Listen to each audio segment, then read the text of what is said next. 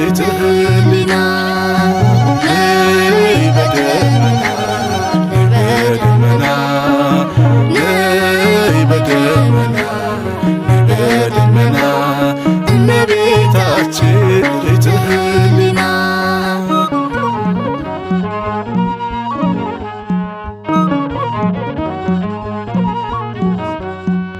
አሳድጎሽ ሳለ መልአኩ መግቦ ተሸልመሽ ሳለ በስቶልሽ ተውቦ እጅግ በትሕትና ስላገለገልሽው እንደ ኬሩብ መልአክ ጌታን ተሸከምሽው። ነይ በደመና